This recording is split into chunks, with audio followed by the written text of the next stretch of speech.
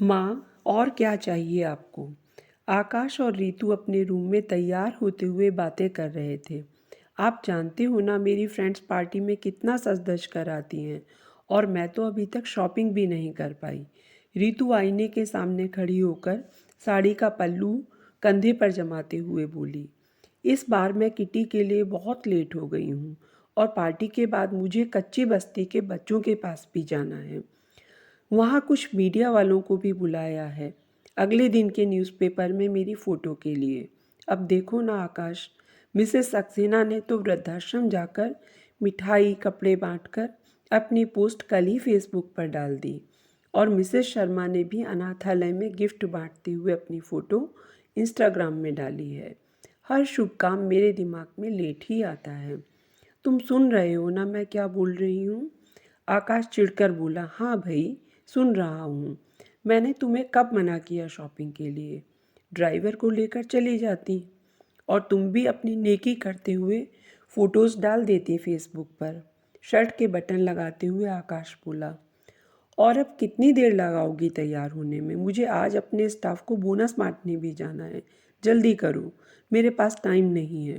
कहते हुए रूम से बाहर निकल गया। तभी बाहर लॉन में बैठी माँ पर नज़र पड़ी। कुछ सोचते हुए वापस रूम में आया। सुनो, हम शॉपिंग के लिए जा रहे हैं। क्या तुमने माँ से पूछा कि उनको भी कुछ चाहिए? ऋतु बोली, नहीं। वैसे भी अब उनको इस उम्र में क्या चाहिए? 2 वक्त की रोटी और 2 जोड़ी कपड़े। इसमें पूछने वाली क्या बात है? नहीं ऋतु, माँ पहली बार दिवाली में हमारे घर रुकी हैं, वरना तो हर बार गांव में ही रहती हैं।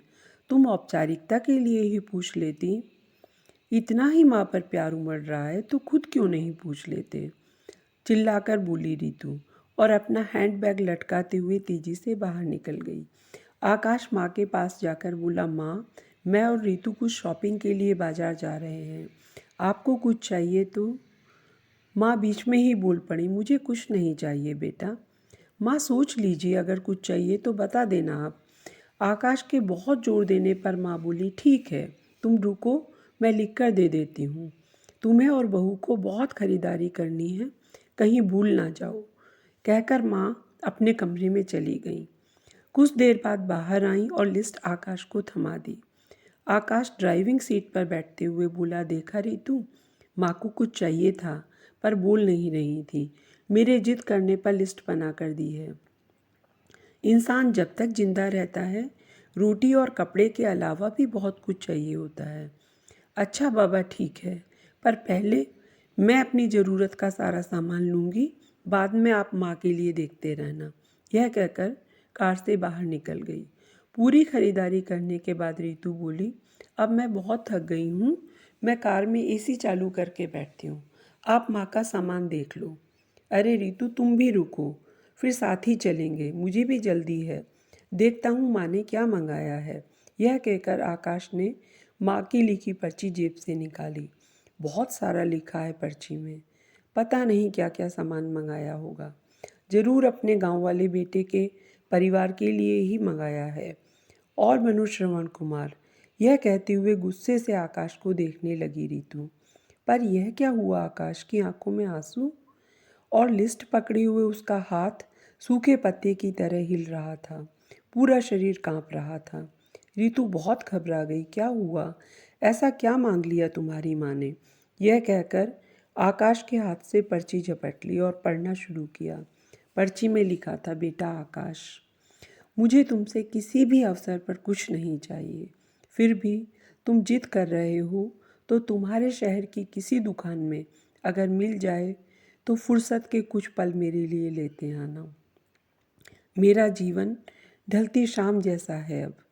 बेटा, मुझे गहराते अंधियारे से डर लगता है, बहुत डर लगता है, पल पल मेरी तरफ बढ़ रही मौत को देखकर। जानती हूँ मौत को टाला नहीं जा सकता, शाश्वत सत्य है, पर अकेलेपन से जी घबराता है अब। इसीलिए बेटा, जब तक तुम्हारे घर में हूँ, कुछ पल मेरे पास बैठकर, थोड़ी देर के लिए ही सही, बांट लिया कर मेरे बुढ़ापे का अकेलापन। बिना दीप जलाए ही रोशन हो जाएगी मेरे जीवन की शाम। बेटा, कितने साल हो गए तुझे स्पर्श ही नहीं किया। एक बार फिर से आ मेरी गोद में सिर रख और मैं ममता भरी हथेली से सहलाऊं तेरे सिर को।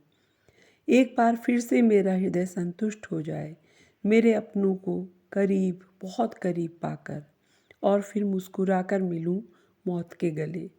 क्या पता बेटा, अगली दिवाली तक मैं रहूं या ना रहूं, तुम्हारी माँ। पर्ची की आखिरी लाइन पढ़ने तक रितु की आंखों में भी आंसू रुकने का नाम नहीं ले रहे थे। ऐसी ही अच्छी कहानियों के लिए चैनल को सब्सक्राइब करें। धन्यवाद।